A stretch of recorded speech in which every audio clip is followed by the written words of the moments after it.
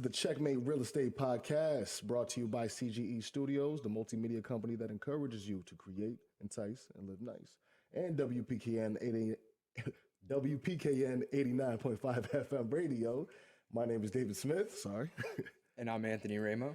And this is the manager. You already know I'm in the building. And today we have a special guest, sir. He is one out of three brothers killing it together in the multifamily investment realm with properties throughout the country. Ladies and gentlemen, I give you Mr. Jeffrey Donis. I appreciate all of you for having me, man. It's a pleasure to meet you, David and Asia, and Anthony, once again. Thanks for the invite. I'm looking forward to our conversation today. Awesome. We are as well. We're very excited, my friend. It's been something that we've had for a long time in the works, and you're one of the big guests that we've been excited to have you on. It's a pleasure, man. I look forward to it. I know you guys are young killers as well, so any way I can bring value to your audience, I'm happy to do. We appreciate that. Absolutely, man. So let's just get into it a little bit, So when did you and your brothers decide to go full steam into real estate together, and what were the motivating factors involved? Yeah, so to give you a little background on my brothers and myself, we got started in real estate almost 4 years ago. Time flies, and I was a college freshman when I first got started. So growing up, we were raised by a single mother and come from a quote-unquote low-income background. I think low income is subjective because my mom originally is from Guatemala, which is a third world country in Central America, and that's her background is real poverty. I think mine is labeled as that in America, but we can get into that later. And her coming here as an immigrant, raising us, obviously I saw a scarce amount of money, and I was always sort of brought up with that mindset that money is something that isn't abundant. Obviously, it being scarce and all, and having to turn off lights and not leave the TV on too long, or I'd get in trouble. Not wasting any food, small things like that sort of led me to think that I was low income. So that's what sort of planted that seed of wanting to have some type of financial freedom and independence as soon as I was mentally and physically capable of seeing different opportunities and going after them to provide some type of financial stability for my family and my mom. So when I was in college, I was going to school full time. So were my two brothers. I have a twin brother and an older brother. I'm currently 21. I'll be 22 in September. But we started real estate when I was 18, and we initially got started. Yeah, we're trying to be, man. And when we first got started, my older brother was the one that first found wholesaling on YouTube. It was a podcast called The Breakfast Club that he was watching on his couch. He was like surfing the web on YouTube, similar to what most college kids are doing, probably. And I eventually came across that show that had one of the guests who was a wholesaler that one episode, and sort of he went into his story. And not to make a long story short, he eventually got to the point where he made millions of dollars building a real estate company by himself at first, and he was a minority, low income, so that was something that we could relate to in a lot of ways. So that was our first exposure to real estate, and then after that, man, it's just been podcasts, self-education at first, a lot of action, and then slowly we started to join mastermind groups and things like that. But the whole journey really started with us seeing a vision for being able to provide some type of financial independence for my mom, to retire ourselves, and that all started with that YouTube video. That's awesome, man. I think that's a great, beginning story. Obviously, not everybody, I feel like a lot of people can relate to your story. And to go along the lines of, to put it simply, would you say your family, your mother, you being in a quote unquote lower income class, would you say that's your why? And why you really got into everything, why you work yourself as hard as you do, and why you keep pushing? Yeah, I think my why has changed and developed over the last 4 years. At first, it was to retire my mom, and it still is. That's the most prevalent one that comes to mind when I'm, working a lot. It's easy to just know that my mom's still working, and that's something that keeps me motivated. But interesting, I would love to hear what your thoughts are, all three of you. For me, I got into it, and I started quickly realizing that once I hit that goal, once you surpass it, if that's your only why, then you'll get burnt out pretty quickly, and I wouldn't want to stop, right? So I now realize that it's not only that; it's a multitude of different things. First and foremost, when that comes to mind, is I just grew. I've always been competitive. I've always been someone that's wanted to build and progress towards something. And whether that's a sport, that's what it was when I was growing up. It was soccer. Now it's business, and I see business as a lifelong sport. I just Yes, want to get sir. better and hit my goals. I love to work. I love to see progress. I think if I wasn't like growing and working towards something, I don't know what else I'd be doing. And for lack of better words, I think you'd rot away or die. I'm very faithful Yeah. too. So like to put above everything, it's God. I think He put me here with a purpose, and maybe it's not the right purpose, but right now that's what I feel in my heart. He's called me to do is serve people. I think I can do that best through my business Oh my and God. content, things like that, man. So those are like the first two things. I don't know if your thoughts are on that.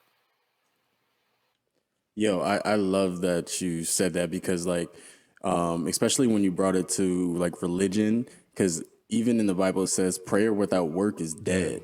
So like you really gotta go out there and get after it.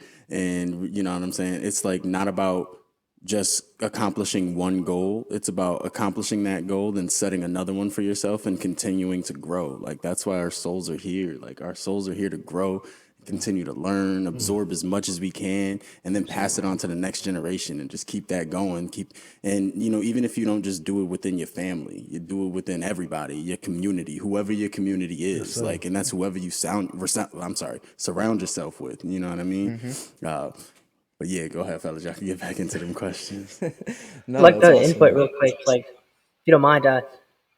Like something that comes to my mind is like I got into real estate at such a young age that sometimes I start to like the enemy. I like to think will play these tricks and make me think that I'm doing these things to serve myself, and maybe fleshly. Sometimes I can get these fleshly thoughts and uh, confusion, where I start to think maybe I'm doing this just because I want to get rich or something. But then I'm like, well, one, I don't get that conviction from it in regards to like building every day and trying to do certain things and reach certain goals.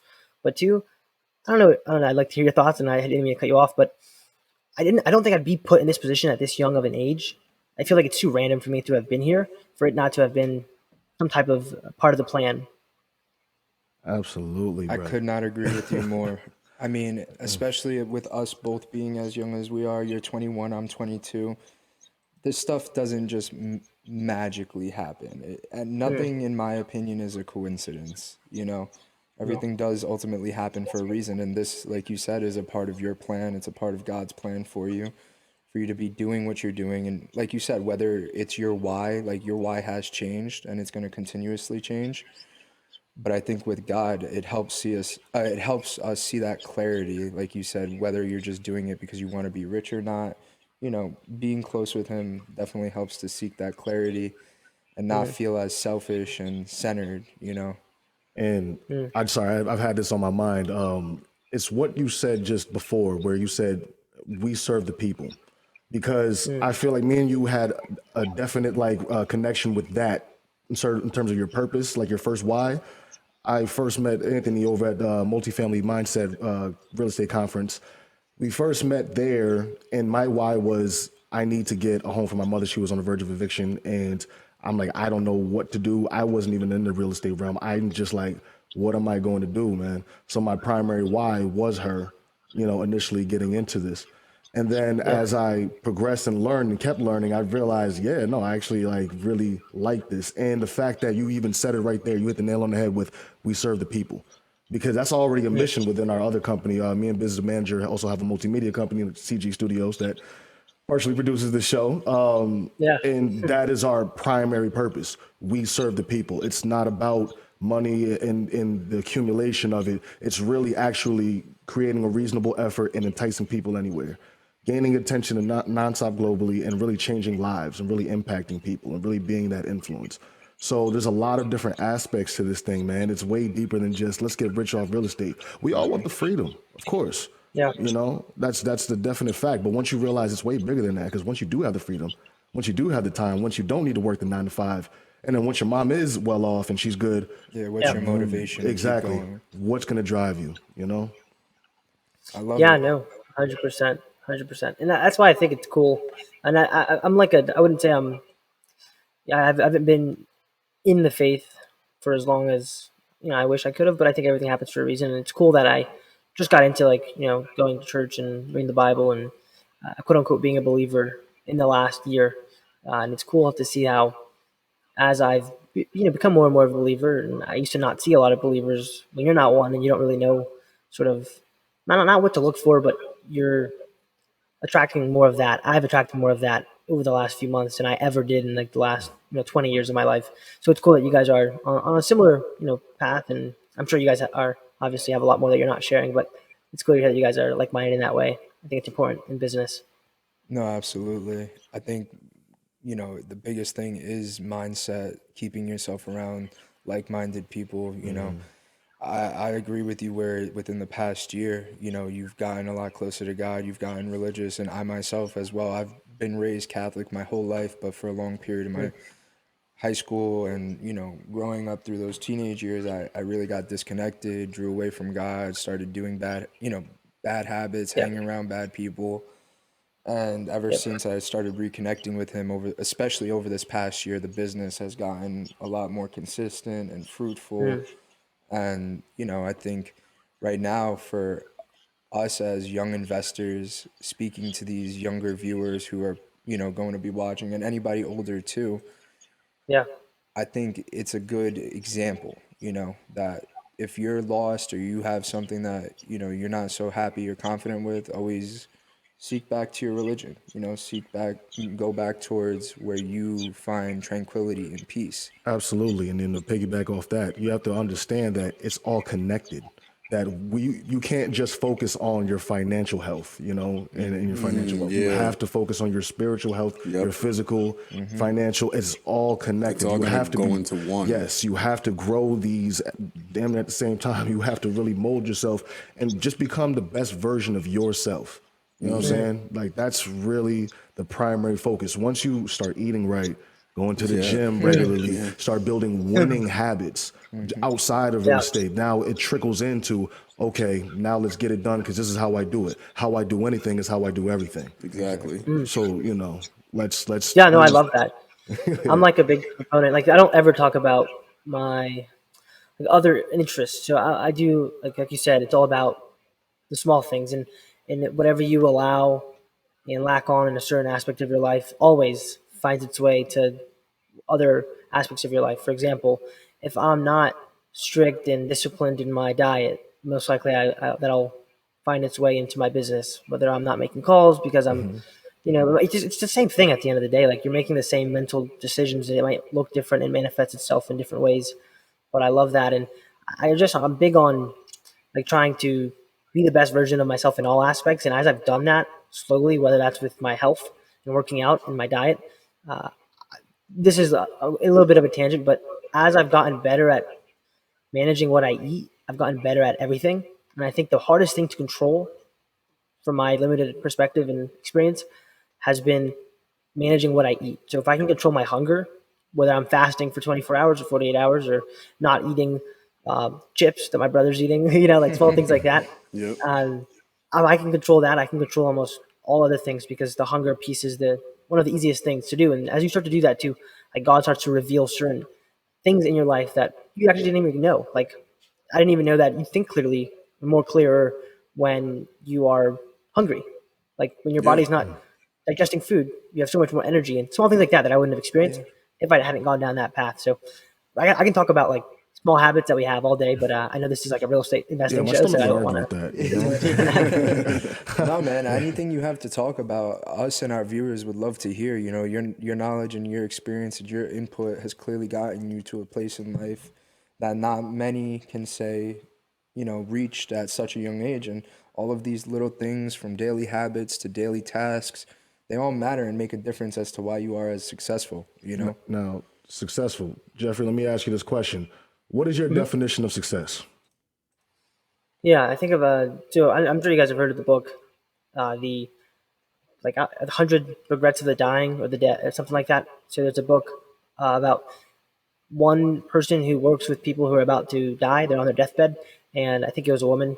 She asks all of them what their biggest regrets were. And the number one was not spending enough time with the people that they loved and not having those relationships be as fruitful as they possibly could have been. So that's my number one definition outside of God. I think that's still a relationship to me, is having a strong relationship with God and really knowing Him. I think a lot of people, I, this has become more obvious to me over the last few weeks. Everyone's religious to something, even if you're an atheist. You're religious to societal Okay. Yeah, pressures that's and true. beliefs. It doesn't matter what it is. Whether I'm an entrepreneur, I'm reading Robert Kiyosaki books, I can be religious to his principles. And I mean, I think the number one thing you can be religious to is God. The Bible talks about a lot of the things that I'm learning in these books, entrepreneurial books. So I think that's the first thing. But the second thing has been my relationships, whether that's with myself, God, or my family and friends. I define success as how good are those relationships. Uh, that's like probably a boring answer, but it's the truth. Like I think it can look so many different ways too. Whether that's with yourself, are you keeping the promises that you make? Are you staying disciplined? Are you saying no to the things that are easy to say yes Also, to, and yes to the hard things, and staying on top of those things that would get you to like that maximum, I guess, input and output of your life, and that way you can get the most out of this. Because I think God wouldn't have put us here if it wasn't for a reason. So make the most of it, and hopefully you're in alignment with what He wants you to do and what your sort of what His plan is for you. absolutely, sir. I 100% agree with you. And there's actually a definition of success that I got from Earl Nightingale that I just completely decided to make my life definition I'd of love to hear it. success. Yeah. And success is the progressive realization of a worthy idea, which is basically what you just explained. And okay, you understanding the winning habits, the growing habits, where you want to be and how you want to do it. It's really just about doing it, you know? And no matter what stage you are in doing that, as long as you are cognizant of the fact, you are aware of the fact, and you understand the fact that I need to be better, I will be better. I have an infinite amount of potential. I have genius level potential, and I can do anything I want to do with it. You are already successful. It's going to manifest itself. You already just manifested it. Now you just have to act upon it. And you have to go through the struggle. You have to go through the failure. You have to go through the no's in order to even get conditioned once you have that success and once you have that certain level of wealth or whatever. You have to, be conditioned by life, So in order to deal with that phase of your life. exactly. Yeah. Because That I is know if success. I look back at it, like 4 years ago when I started real estate and everything, and I started with wholesaling and educating myself, and I had my one first original deal that was going to go through. It didn't go through. It was for 10 grand. And I think about it now. I was like, what would I have done with that 10 grand? Would I have even used it to put my business further at that point in my life? Would I have appreciated that 10 grand for what it actually was? Probably not. It all takes these learning lessons and no's and ups and Yeah. downs for you to actually appreciate that success. And Jeffrey, you had said that you were, to backtrack a little bit, you kind of said that it was avoiding the question, but I don't think it was avoiding the question. Your definition of success.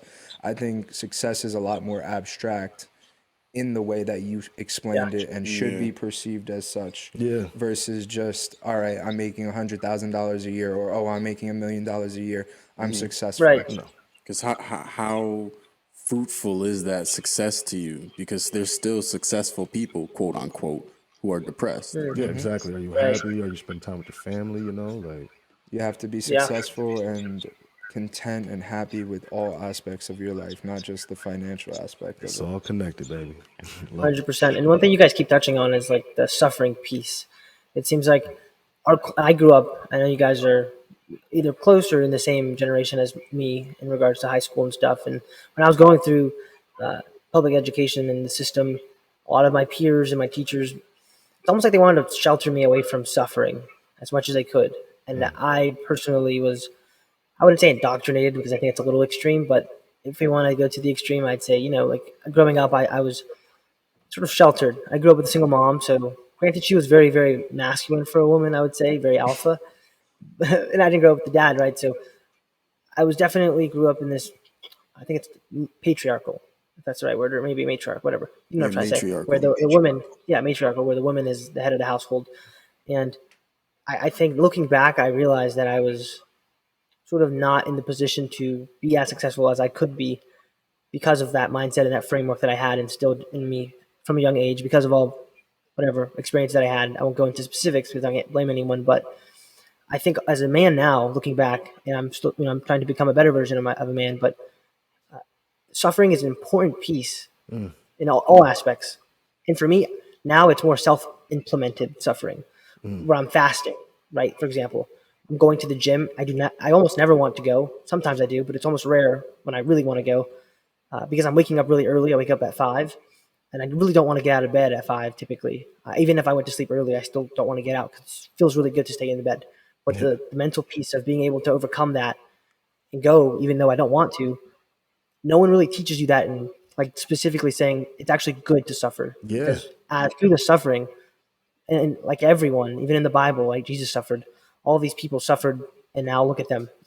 Every single successful person, they suffered to do something, I think now like the message, instead of saying, you know, uh, it's not okay to fail. Like a lot of these kids in school, I can talk about myself. It was bad if I messed something up. Like I was afraid to mess up. I kind of wanted to be perfect. Now I see failure as the part of the process, and in fact, if you aren't failing, you aren't going to succeed. Yes, sir. And it's hilarious. We got more in common than I even realized, man, because I grew up in a single mother, household too. And Yeah. it was basically the same thing where she was trying to, protect me and just Mm, keep me sheltered. And I'm also first generation mm, American, she's from Jamaica. yep. And just that whole ideology of I just want you to be safe, protected. I want you to go to school, get an education, get yourself a house and all that, but not exactly understanding what the land that she's living in. Like this is the land of Yeah. opportunity. This is America, Yeah. and the blessing and privilege we have of being born on U.S. soil. And Mm, understanding that the world is truly our oyster. It's way deeper than just us getting our education, doing the 4-year college, a bunch of student yeah. loan debt, getting a house and getting married and just white picket fence. No, no, man. Like us as a first generation American, you kind of get that feeling of, hey, I need to like do this for my family. I'm the way we're gonna get generational wealth, the way we're gonna obtain Mm, that and obtain the freedom that we all need. So seeing that kind of that single mother kind of yeah. connection, and they're raising a man, and that man now grows, and it's like, yo, I got to get it how I live, man. And you realize that also discipline is not a punishment. Discipline Mm, is a winning habit. It's mm, something that should be celebrated and not, frowned upon. So I like how you was putting that before. Yeah, and I think yeah. society nowadays, sorry, Jeffrey, I didn't mean to cut you off. You're good, man. Society nowadays, I feel like, makes being undisciplined, being comfortable the norm. That's Yeah, why the 99% is the 99% and the 1% is the exactly. 1%. Yep. Because the 1% is the people that are willing to make those sacrifices and get uncomfortable. And Be comfortable with being uncomfortable. Yeah, that's where exactly. they Yeah. live in. Oh, why are you not staying out tonight? Because I gotta wake up early. Oh, why are you not going out for drinks this evening? Because I have things I have to do. I have work I gotta get done. It's the sacrifice that a lot of people don't understand and respect because they don't see themselves doing it. They can never picture themselves doing half the work that you as an individual would do. Yeah. Yeah. And to make this applicable to business, I think everything that we've done, interesting enough, I wasn't a straight A student. No, my twin brother, I can't say the same. Twins. He was like Same. he was smart. Like but I would say he was a very hard worker. I would take credit from just him being naturally smart. He was very hardworking. So in the business, I like the idea of me being young is really cool from my perspective. Obviously, I'm like, okay, I have a lot of time, but I think it's the reason I use it as a marketing piece is because if I can raise money at 20, 18, 19, 21, I think anyone can. The question is like, because I mean, think about it. I'm like, I had no experience in real estate. I have no family in real estate other than my brothers. No one really at first was helping me. Everything was sort of kind of get it on your own, and obviously God and slowly people started looking out, and a lot of people in this industry help for sure. But I think if I can do it, anyone can do it. I guess the question is like, what did I do differently? I just work hard. I was obsessed, faithful, big player in that because I didn't have what I maybe now have. At one point, I could see it and I believed I could get it, which Therefore, it was fear or faith, and I chose faith. And fear has no place to play if you're faithful. So, as that vision manifested itself through the hard work and the discipline, and like you said, Anthony, not going out at night on Thursdays or Fridays, learning how to say no, all these little habits that I pick up and I slowly started to implement into my life on a daily basis, almost 7 days a week, pretty much every single day, working towards it in one way or the other. Eventually, you start to get closer and closer to the goal until you achieve it, and then you get another bigger goal. And people on the show that might be listening who want to get into real estate, there's nothing standing in between you or the goal other than you. And I think God, obviously, if that's in the plan and you set that goal, He wouldn't have given you that desire. I like to think that God is not confusing. The enemy is confusing, but God is not confusing. He gives you a desire. Talk, man. Yeah, that's something that Preach. He wants you to. I'm not a preacher, but like, if that's something that He wants you to go after, that's something that He's given you, and it's there for a reason. And now the only thing that would be confusing is whether or not you feel like doing it. Like, I don't know if I feel like doing it. Well, you know what I mean? Like, if it's there, it's probably a good reason that you should go after it. It's not going to be easy, but like we already said, getting uncomfortable is important. And I think if there's any point in your life, there's two things I want to say, and then I'll shut up. One, the first thing was, like, if there's anything in your life that you want to do, it's up to you. But also, I kind of just blanked out, so I'll just go make this quick. All it takes is you setting that proper goal and then taking action behind it, like we said, and then you need that faith. Do that on a consistent basis. Eventually, you will get there.